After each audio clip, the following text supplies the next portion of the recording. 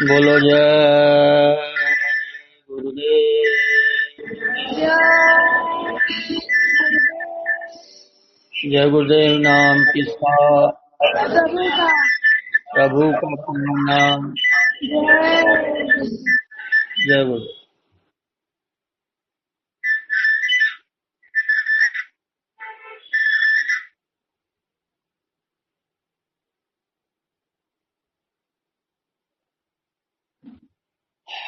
प्रेमियों, सत्संगियों, संसार में अनेकों महात्मा आते जाते रहते हैं।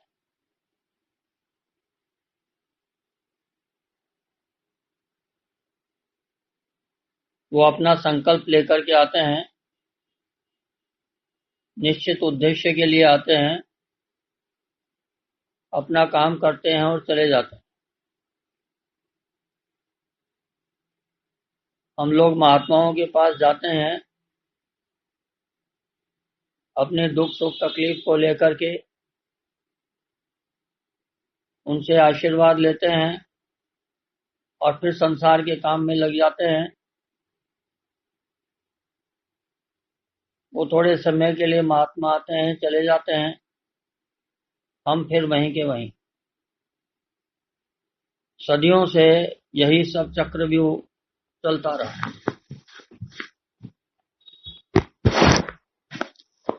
वर्षों हो गए, जीवात्माएं वहीं की वहीं 84 लाख योनियों में भटकती रहे, क्योंकि हमने महात्माओं के पास जाकर के उनका भेद नहीं लिया। हमने महात्माओं से उनकी शिक्षा नहीं ली। हमने सिर्फ अपने काम के लिए उनसे आशीर्वाद लिया, अपने संसार दुख तकलीफ के लिए आशीर्वाद लिया और फिर वापस संसार में लग। तो हम जहां थे वहीं के वहीं रहे। महात्मा चले गए, एक गया, दूसरा गया, आया गया, जीवात्माएं वहीं की वहीं।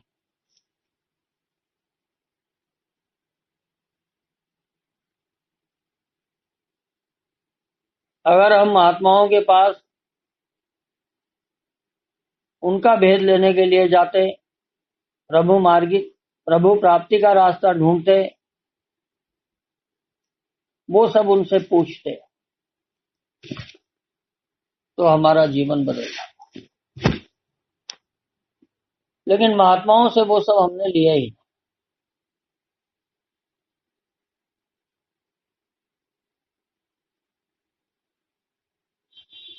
अब कुछ बिरले महात्मा ऐसे होते हैं जो इस भेद को जानते हैं और दे सकते हैं। कुछ महात्मा केवल रिद्धि सिद्धि होती है तो लोगों को दुख सुख में लाभ देने के लिए होते हैं। कुछ भेद जानते हैं लेकिन उन्हें भेद देने का अधिकार नहीं। कुछ भेद जानते हैं ईश्वर का, देने का अधिकार भी होता है, लेकिन बिना परीक्षा के दो चार लोगों को नहीं, इससे ज्यादा को नहीं दे सकते। अब बताइए कितना बखेड़ा है, कहाँ आप कैसे कैसे इस रास्ते को अपना करके कैसे निकलोगे आप। संतों ने ये सब बखेड़ा देखा और जब देखा कि जीवात्माएं फंसी हैं, इनको कोई नहीं निकाल, कोई रास्ता नहीं।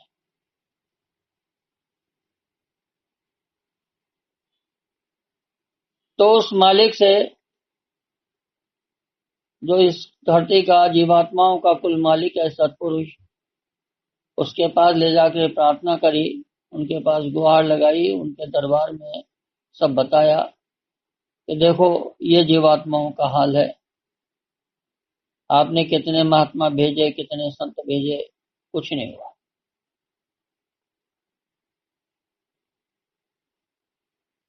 तो उसने बड़ी मौज फरमाई और कहा कि ठीक है, इन जीवात्माओं को वर्षों हो गए इनके रास्ते बंद। हमको मालूम नहीं है इस चीज का कि कौन सा रास्ता बंद है, क्या रास्ता हो गया, क्या कुछ नहीं मालूम, क्योंकि हम तो सिर्फ अपनी घर गृहस्थी में खोए, हमें इससे आगे पीछे का मतलब ही नहीं, पता ही नहीं।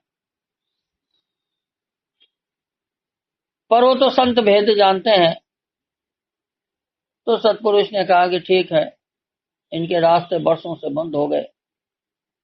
एक मोटी गणित तो समझ में आती है कि पहले देवता धरती पर आते थे, आपको आशीर्वाद देते चले जाते, जीवात्माएं यहां से तप करके स्वर्ग जाती थी, बैकुंठ जाती थी, वापिस आ जाती थी। ये इतना दरवाजा तो खुला था, ये तो वर्षों तक खुला था। सतयुग में खुला था, त्रेता में खुला था, ये द्वापर में खुला था, ये रास्ता खुला था। ये भी बंद हो गया कलयुग। लेकिन उस रास्ते के सिवा और आगे जाने का रास्ता नहीं था, तब भी नहीं था। पर कम से कम इतनी व्यवस्था थी कि लोग संसार के दुख तकलीफ से हट करके स्वर्ग चले जाते, बैकुंठ चले जाते, हजारों बरस वहां रहते। हाँ, फिर पुण्य क्षणे पुनः मृत्यु लोकी, ये तो कहा ही गया। आपका वहां तप खत्म हो गया, आपको वापिस भेज दिया जाए। यहाँ आकर के अगर आपने फिर तप कर लिया तो बहुत अच्छी बात है, वापिस चले जाओ। अगर आपने फिर तप नहीं किया, कोई गलतियां कर दी, तो फिर नरक जाओ। ये व्यवस्था ये थी, पहले भी थी। अब वो चीजें भी खत्म हो गई। तो आप बताइए इस कलयुग में अब क्या होगा। तो उस मालिक ने मौज फरमा कर कह दिया कि जाओ, जाकर के जीवात्माओं को मेरा नाम दे दो, मेरा भेद दे दो। अब आप जानते नहीं कि नाम दे दिया, भेद दे दिया, उससे क्या फर्क पड़ा। आप थोड़ा जानते, आप तो इसके आगे पीछे का रास्ता ही नहीं मानते। अरे वो नाम एक इतनी बड़ी चीज है कि जिसके कान में वो नामी का नाम पड़ गया, वो करोड़ों वर्षों के लिए प्रलय महाप्रलय हो जाएगी। लेकिन जिनके कान में उस मालिक का मुख से नाम पड़ गया, वो जीव 84 से छट करके अलग कर दिया। ये बहुत बड़ी व्यवस्था है, इस व्यवस्था को कोई समझ नहीं सकता, इस भेद को कोई जान नहीं सकता। तो ये उसने मौज फरमा करके, और जब आशीर्वाद दे दिया और बोल दिया कि आप संसार में कर दीजिए, तब ये नामदान ओपन खुला, ये भेद। और ये मालूम था कि इनके द्वारा भजन नहीं हो सकता, क्योंकि जब संत इस धरती पर आने लगे तो काल ने वहीं पर आशीर्वाद ले लिया कि आप मेरे यहाँ आ रहे हैं तो आप मुझे भी तो कुछ दीजिए। बोले कि मांगो, क्या मांगो। बोले मुझे भी आशीर्वाद दीजिए, तो उसे भी मिल गया आशीर्वाद। क्या मेरे काम में बाधा नहीं डालोगे कि नहीं डालेंगे? बस, अब काल के काम में बाधा नहीं डाली जाती। मेरी सिद्धि शक्तियों को आप काम में नहीं लेंगे तो संतों ने कहा नहीं लेंगे। काल हंस पड़ा कि भाई फिर कैसे करेंगे काम, क्योंकि अब तक जितनी भी अवतारी शक्तियां आई है उन्होंने उन्हीं से काम किया। तो ये समझा गया कि भाई ये करेंगे कैसे काम। पर उन्हें इस बात का पता ही नहीं कि मालिक क्या होता है, काल को नहीं पता। तो प्रेमियों सत्संगियों, उस मालिक ने हमको ऐसे खुले में उस शब्द को जग जाहिर किया। ये आसान बात नहीं, ये कोई ऐसे नहीं है कि दे दिया। बहुत बड़ा भेद है। अगर मैं खाली इस पे सत्संग करने लगूंगा तो बहुत लंबा समय, तब भी पूरा हो न हो। ये आसान नहीं है बात को समझा, पर एक सूक्ष्म रूप में हमको छोटी छोटी बातें हमको हमारे मन में बैठे हम समझें।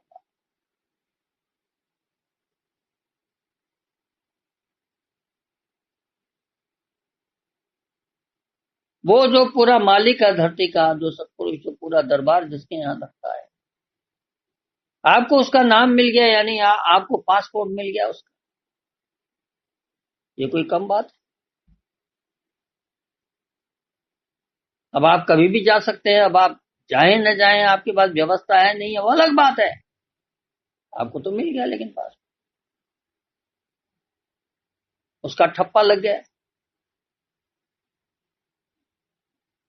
तो जब संतों ने ये देखा कि हमने सब कुछ दे दिया, सब कुछ कर लिया, लेकिन उसके बाद भी जीवों को जो कर्म है उस कर्म से रक्षा का रास्ता नहीं, क्योंकि काल भगवान का नियम नहीं बदलना, उनको भी मान्यता दी है, तो फिर ये जीव जाएंगे। चलो नाम दे दिया, सब कुछ हो गया, 84 में भी नहीं भटकने देंगे, निकाल लेंगे, कोई बात नहीं, लेकिन उधर कैसे जाएंगे? वो तो हो गया सब, लेकिन उधर कैसे?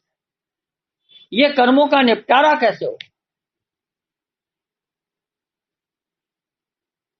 तो फिर एक अलग संकल्प करा गया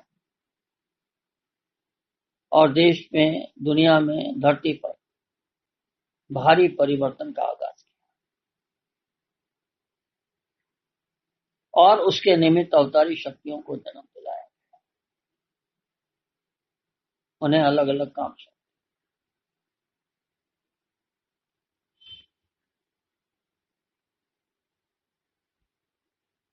अभी बड़ा भारी भेद, वो अपना काम करेंगे, आपसे मिलेंगे, बात करेंगे, बोलेंगे, बतलाएंगे, सब कुछ करेंगे, लेकिन वो अपना काम बंद नहीं करते, वो आप देख नहीं सकते, आपके पास वो आंख नहीं है, वो भेद नहीं है, तो देख ले आप तो वो क्या करता है, नहीं देख। हाँ, उनकी मौज हो,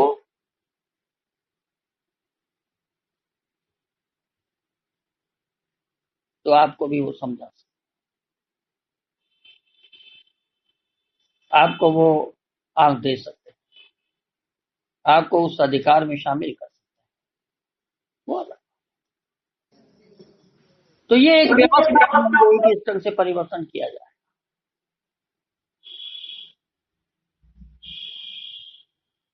क्योंकि इसके पहले जो अवतारी शक्तियां थी उनका काम अलग, अब जो सत्पुरुष, आखिर बताइए तो सही कि पहले जो अवतारी शक्तियां थी वो अलग, भाई राम हुए, कृष्ण हुए, वो काल भगवान के यहाँ से, तो वो अलग संकल्प लेकर के आए, काल का संकल्प लेके आए थे, काल की शक्तियां लेके आए, काल की रिद्धि सिद्धियां लेके आए, माया को साथ लाए, वो तो अलग बात हो गई। सत्पुरुष ने तो संतों ने तो पहले ही कह दिया कि भाई हम लेंगे ही नहीं काम, फिर क्या किया जाए? तो प्रधान शक्ति को अलग कर दिया गया, एक ऐसी शक्ति को धरती पर उतारा गया जो काल के देश के न होकर के उधर की। अब उधर की है तो फिर वो काम कैसे करेगी? भाई काल के देश में काल की शक्ति से ही काम संभव, फिर क्या किया? तो काल की शक्तियों को भी जन्म दिलाया, लेकिन वो काल की शक्तियों को जोड़ दिया प्रधान शक्ति से, और वो उसकी बिना इजाजत के काम नहीं कर सकती, ये नियम लगा। अब यह है कि करेंगी काल की शक्तियां काल का काम, लेकिन वो बिना उसकी परमिशन के नहीं कर सकती, बस ऐसा खेल बना दिया। अब काल का काम भी होगा, दयाल का काम भी होगा, संगत का काम भी होगा, सत्संग का काम भी होगा, आपका साधन का काम भी होगा, आपका भजन का काम भी होगा, उधर का रास्ता भी खुलेगा, पूरी व्यवस्था है।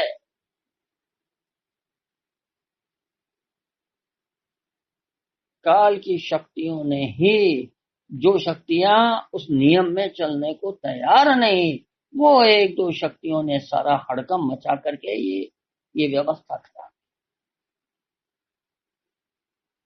कि भाई हमको तो नहीं, हम तो ऐसे करेंगे, हम तो ऐसे।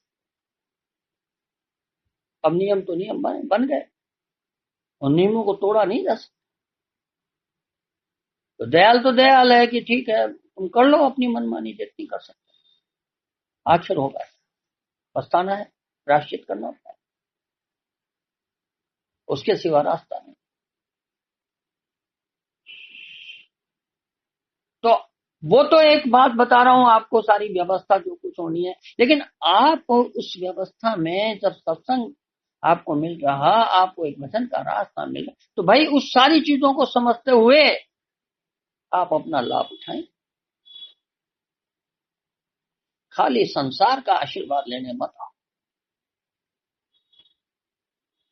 आए हमको ये दो ये दो, वो तो मिल जाएगा।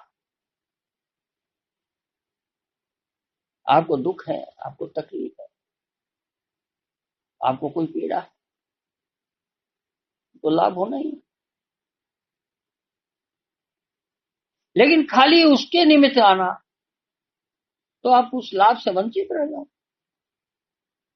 तो मैंने आपको बता दिया सीधा कि साधना के लिए इस देह को तैयार करना। हमारा पाठ चल रहा, बिल्कुल तरीके से चल रहा है। हर चीज हमें एक एक कदम पर समझ, एक एक स्टेप से हमको सारी चीजें समझ। वही तो सत्संग का मतलब है। खाली पोथी किताब पढ़ाना थोड़े ही हमको, किताब सीता जी ने ये कर दिया, राम जी ने ये कर दिया, दुर्योधन ने ये कर दिया, खाली वो पाठ थोड़ी पढ़ाना है। वो पाठ तो आपकी जिंदगी में बहुत सारी कहानियां घटित हो गई होंगी, सबकी कहानी सुनते रहो। कहानी किस्सों का, कहानी किस्सों की कोई सीमा नहीं। आपने अपने जीवन में कितनी बार, और यहां पर भी कितने अनुभव आपने, खूब चमत्कार आपको अनुभूति में आए, उन्हीं को बैठ करके लिखा जाए तो वही बहुत सारे हो। मालिक का तो सारा जीवन ही, बात ही क्या की जाए। तो कहानी किस्सों का, हमें अपने आप को उस निमित्त देह को तैयार करना और साधन का संकल्प करना, ये दो बात। भाई हमको ये संकल्प है कि भाई हमको ये संसार का काम करते हुए जो दौलत मालिक ने दी है, वो भजन, वो रास्ता पकड़ करके कैसे भी हमको उस पार चलना है, ये संकल्प है। ये मन में दृढ़ता होती है। अब उसके लिए तैयारी करनी, उसके लिए अपने आप को तैयार करना। भाई कैसे जाएंगे, भाई क्या करना है, तैयारी तो करनी पड़ती है। आप कहीं जाते हो, दिल्ली जाना है, बंबई जाना है, कलकत्ता जाना है, कहीं और जाना है, आप जाते हो तो उसके पहले तैयारी शुरू करते हो, साधन जुटाते हो, भाई ऐसे जाना, ये सामान लाना, ये करना, ये करना, तैयारी करना। तो पहली चीज है देह को तैयार। पहले के जमाने के अंदर भजन करने के लिए लोग अपने शरीर को सुखा देते, अन्न छोड़ देते, पानी छोड़ दिया, बहुत तपस्या। तुम सोचो एक दिन दो दिन के लिए नहीं, बरसों। सतयुग में इंसान की जो उम्र थी वो 1 लाख वर्ष, और जो प्राण थे वो हड्डियों में होते थे। तो बैठ गए ऋषि मुनि तब ध्यान करने के लिए, तो शरीर सूख गया, बरसों हजारों बरस बैठे बैठे बीत जाते। कितने बरस बैठे बैठे बीत जाते थे। और मरेंगे नहीं जब तक हड्डियां हैं, तब तक हड्डियां हड्डियां खत्म होंगी, मरे कैसे आदमी। द्वापर आया, द्वापर के अंदर एक जीरो हटा दी, त्रेता, सत्युग के बाद त्रेता है। 10,000 बरस उम्र हो। भगवान राम ने 11,000 बरस राज किया था। रावण को मारने के बाद जब अयोध्या वापिस आए थे, राजगद्दी पे बैठे, तब 11,000 बरस राज किया है। अभी आपको आधी आधी अधूरी चीजें पता है, अभी बहुत सारी चीजें हो सकता पता ना हो। तो 10,000 बरस उम्र। द्वापर आया, फिर एक जीरो हटा दी, 1,000 बरस की उम्र कर। भगवान कृष्ण 125 साल के, 125 साल की उम्र थी।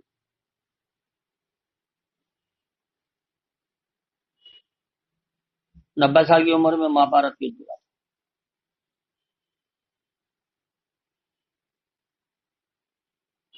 उसके बाद जब यदुवंश आपस में यदुवंशी लड़े थे, 125 साल के, उसके बाद शरीर छोड़ा, कलयुग लग गया, फिर जीरो हट गई, अब 100 साल की उम्र। अब सो का मतलब ये नहीं सब सो के हो जाएंगे, अपने अपने कर्म अनुसार। अब किसी कर्म और अच्छे हैं तो 100 से पार करेंगे। एक हिसाब रखा जाता है कि भाई ये,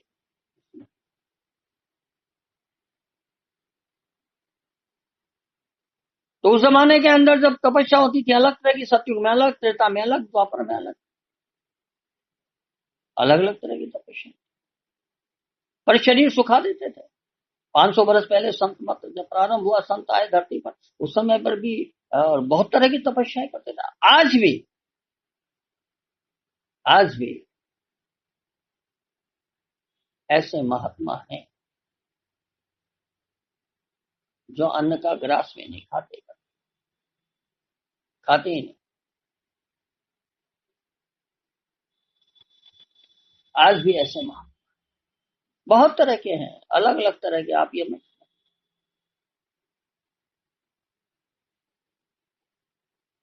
हमारे मित्रों में भी है जिनको आज 30 40 40 साल हो गए अन्न छोड़े हुए, खाते ही नहीं, खाली दूध लेते हैं, फल खाते हैं।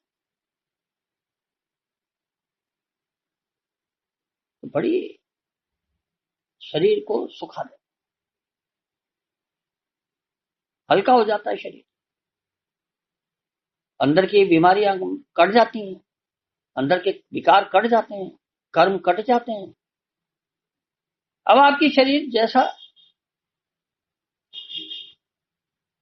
शरीर में, अब वो कलयुग है, वो ताकत तो हमें नहीं। लेकिन कलयुग में भी लोगों ने भारी तपस्या, अभी भी है, बहुत है, तरह तरह के। आपसे परिचय नहीं है इसलिए आप नहीं जानते।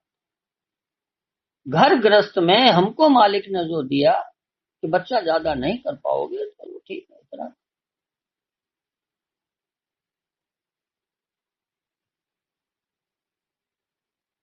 अपने शरीर की को ठीक करने के लिए, हमारे तो टाइम में जब भजन करते थे तो मालिक आश्रम पर, मथुरा में आश्रम पर कहते थे वो दाल का पानी, बच्चा दाल का पानी, दाल भी नहीं, खाली दाल का पानी और एक रोटी, वो खा लो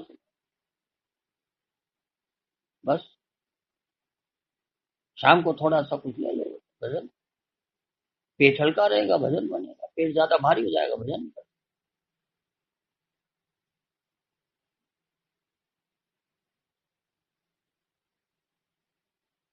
बहुत लोग साधना अलग तरीके से करते हैं। चलो भाई उसको छोड़ो, अपना जो है, मालिक कहा करते थे देह हल्की कर दिया। 9 दिन नवरात्र के हैं, आज की तारीख में भी बहुत लोग हैं अन्न नहीं लेते।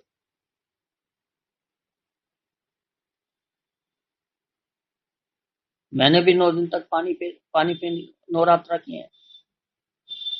यज्ञ किया था मैंने घर में, उसके बाद मैंने उसी वक्त संकल्प किया था, बहुत संकल्प किए थे। उसके बाद मालिक ने काशी में यज्ञ रखा था और वो साधना सिखाई। उसके पहले किया था मैंने, लोगों ने कहा मर जाएगा ये तो, भाई कुछ नहीं है। बड़ी मेहनत की, आप ये मत समझिए कि कुछ नहीं है। तरह तरह की मेहनत होती है, बहुत बहुत कुछ किया जाता है। त्याग और तपस्या करना आसान नहीं। मन है, अब मन को जैसे धीरे धीरे जैसे कर लिया जाए, जैसे मन सही हो जाए आपका, अपने अपने कर्मानुसार।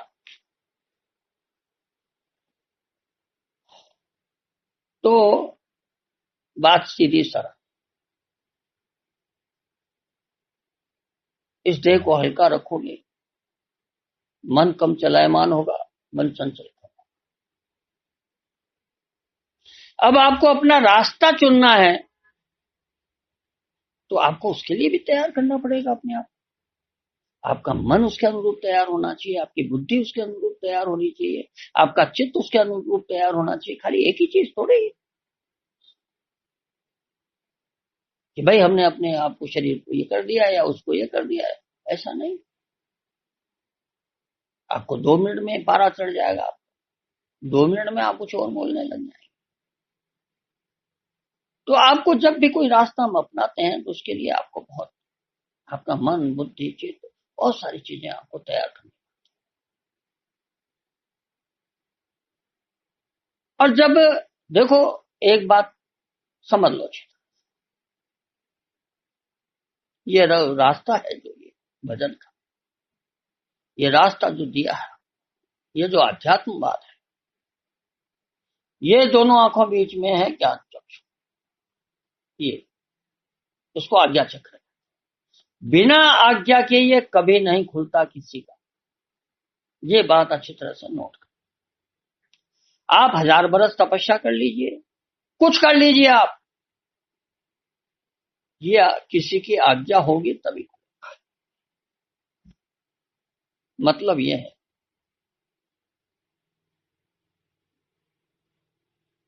कि दया उसकी होगी, मौज उसकी होगी, तब ये रास्ता आपको सीधा मिलेगा। भजन आपका कब बनेगा? जब उसकी दया और मौज। जय गुरुदेव।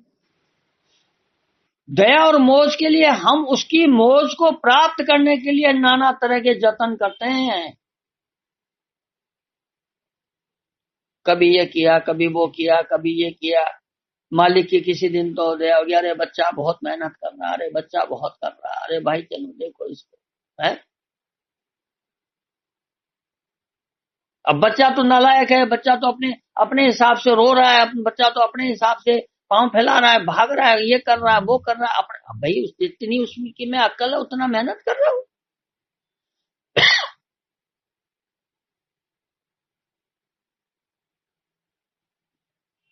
दो चार थप्पड़ भी मार दिए मालिक ने, ये कर दिया, वो कर दिया, सब कर दिया, मालूम है, लेकिन सब नजर रहती है मालिक,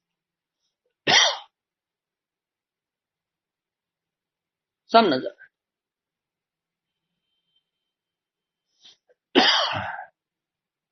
तो दया, मेहर, न जाने कब किस दिन मौज हो जाए, अरे बच्चा ने बहुत मेहनत की, बस हो गया काम। इतना इतना सा तो काम। हमारे 1000 भाव आएंगे, लेकिन उनके भीतर एक भाव एक बार आया, आपकी नैया पार। जय गुरुदेव। हम ये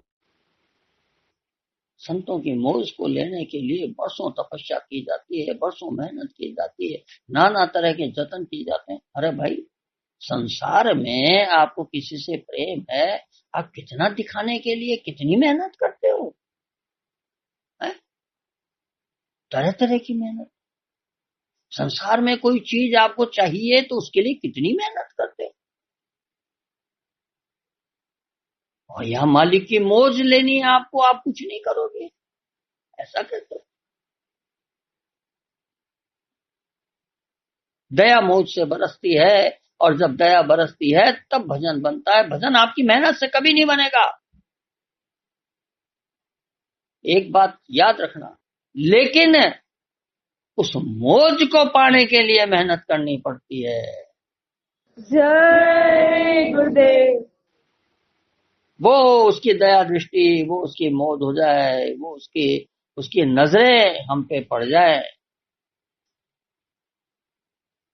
बस वो तो ऐसे दिव्य दृष्टि होती है, न जाने आपके हृदय के अंदर किसके अंदर क्या भर दे मिनटों के अंदर।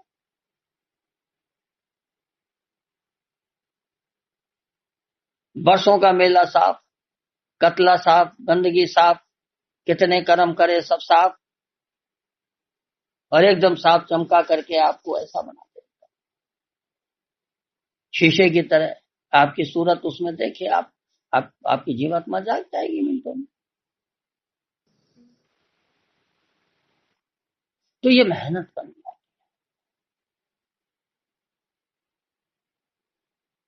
तो याद रखिए, आपको आप आप मेहनत कब करोगे? जब आपका संकल्प होगा भाई मुझे ये करना है। अब वो करना ही नहीं तो मेहनत करके क्या करोगे? आप आए, आपने कहा भाई चलो हमको थोड़ी बहुत बताया, थोड़ी बहुत सेवा करनी चाहिए, तो चलो भाई कर देते।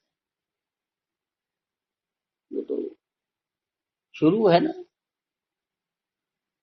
स्कूल में कई बच्चे क्या होता है, कि टीचर आता है, देखते हैं तो किताब लेके बैठ जाता है, पढ़ते नहीं है। टीचर देख रहा है, टीचर गया किताब लग, घर में भी यही है, माँ बाप देखे किताब खोल के बैठ गए, वो गए किताब उठाते रहे। चलो कोई ना, यहाँ तो गुरु ये देखता है, चलो भाई किताब पकड़ना तो सीखा, कुछ काम करना तो सीखा, झाड़ू लगाना तो सीखा, कोई सेवा करनी तो सीखी, कुछ देना तो सीखा।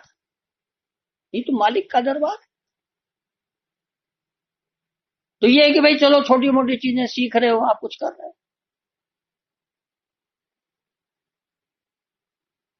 इसी में धीरे धीरे धीरे धीरे आपके भीतर कभी न कभी संकल्प आ जाए, अरे भाई इतने दिन हो गए, अरे कुछ हो ही नहीं रहा, आपके मन में जागता है भाई मैं ये करूं, बस वो संकल्प बन रहा है भीतर कुछ। ये पुरुषार्थ का संकेत है जब आपका मन कुछ करना चाहता है। जय गुरुदेव। ये आपके भीतर में पुरुषार्थ का संकल्प होता है, पुरुषार्थ का संकेत होता है कि जब आप करना चाहते हैं कुछ, कि मुझे ये काम करना है, मुझे ये करना है।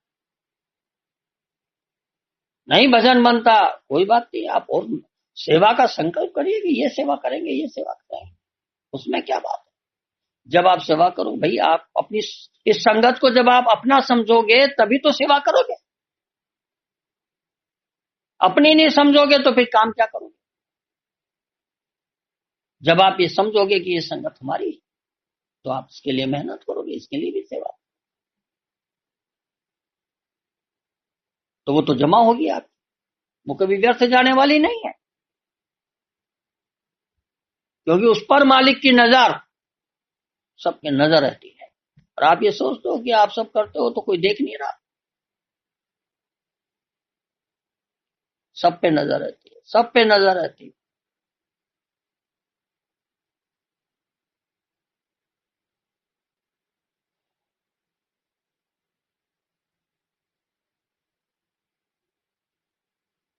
तो हमें प्रेमियों सत्संगियों, महापुरुषों के पास जाकर उनकी दौलत लेना सीखो।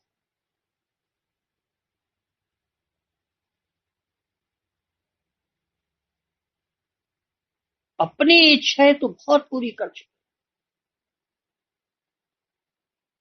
उनकी दौलत लेना सीखो।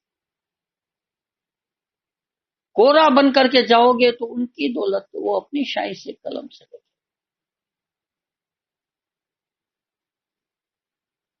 वो दौलत लेना सीखो। मालिक आ गया धरती पर, हमारा किसकी जरूरत है, क्या जरूरत है, क्यों परेशान, किस लिए परेशान, ये बताओ। ऐसे इतनी बड़ी महाशक्ति धरती पर कभी आई नहीं। संत आए थे पहले, लेकिन गुप्त रहते, अपना परिचय नहीं देते थे, दे दिया तो अब क्या चिंता करना, क्या चिंता करना।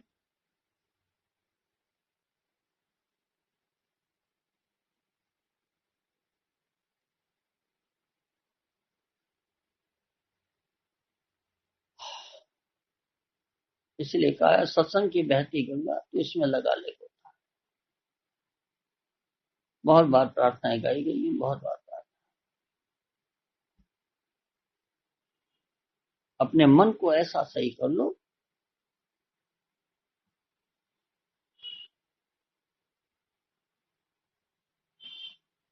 कि बस उस अमृत को आप बैठे जहां बैठो वहां आपका अमृत अंदर में टपकना चालू होगा तो पियोगे। वो भजन का अमृत।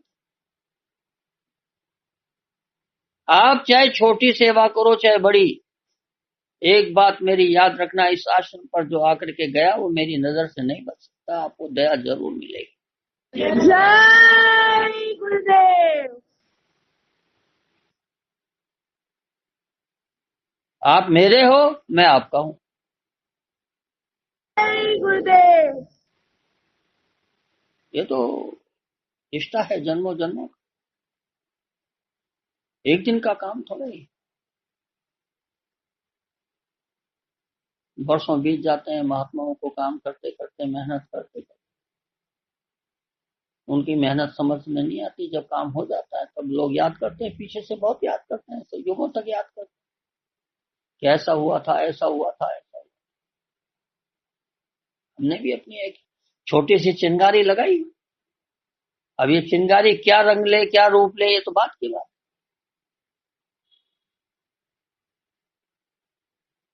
पर सदियों तक इस महाराष्ट्र की भूमि को लोग याद रखेंगे। जय गुरुदेव। मजाक नहीं है, ये खेल नहीं। तो प्रेमियों, सत्संगियों, ऐसी मेहनत हम करें कि हमारा जीवन सफल हो, दूसरों का भी हम उद्धार करें, अपना भी करें।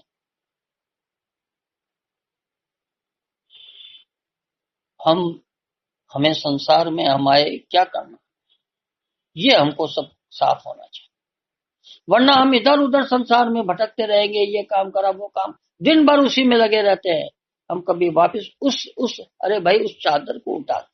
वकील वकालत करता है अदालत में, सबकी कहानियां देखता सुनता है, उसने ऐसा किया, उसने ऐसा किया, और वहां जाके खड़ा हो जाता है। मालूम है, वो कभी ये नहीं कहता कि इसने सही किया, वो ये कहता है, वो उस आदमी का रिप्रेजेंट करता है। वो कहता है, साहब मैंने कभी ऐसा नहीं, ऐसे बोलता है। बस कितनी कहानी किससे है। और घर आता है, वो कपड़ा काला कोट उतारा और एक तरफ गांठ टांग देता है, भाई चल भाई अपने घर गृहस्थी में लगता है। अरे भाई, तुम भी ऐसे ही जितना कर्मों का संसार में काम किया, उसे उठा करके रखना सीख जाओ। उठाया और रख दिया, आप अपने भाव में आ जाओ। अगर ये काम आपको आ गया कि इस लबादे को उठाया, रखा, जरूरत हुई जब पहन लिया, एक काम आ गया आपको, तो आपका सारा जीवन, आप ये समझ लीजिए, आप फटाफट काम करेंगे, कुछ और भजन भी आराम से। जब जचे जब भजन बना और उधर गए और वापिस इधर, और ये काम किया, वो काम किया, बस क्या है।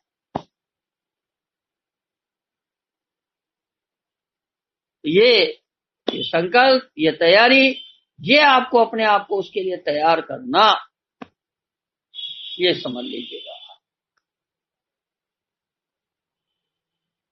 यही तो साधन भजन की तैयारी। अभी तो हमारे को बात समझाई जा रही कि क्या करना है, वो बात की बातें हैं आगे की। अभी तो आपको ये समझाए।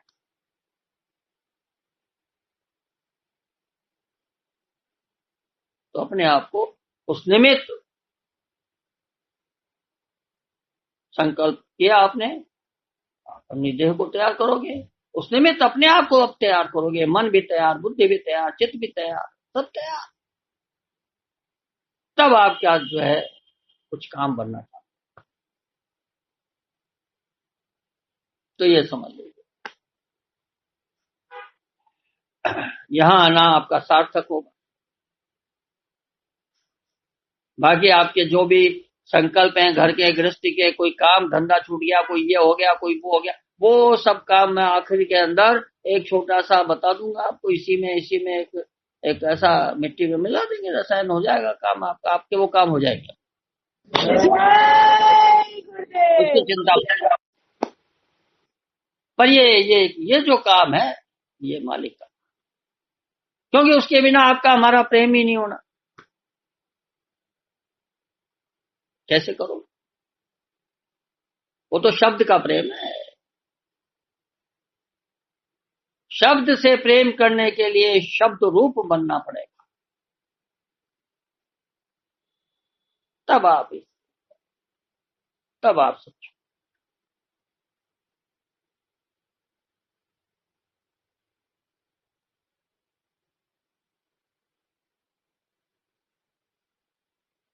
तो ये समझिए, हमें जो गुरु ने, मालिक ने जो हमको दिया है, वो असीम दौलत है, अनमोल दौलत है।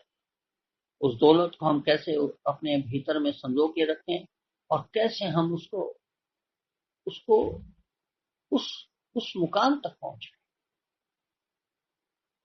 ये सब आप सोचिए। अब ये करना है बस। तो बोलिए जय गुरुदेव। जय गुरुदेव। जय गुरुदेव। किसका? प्रभु का पावन नाम। जय गुरुदेव। जय गुरु।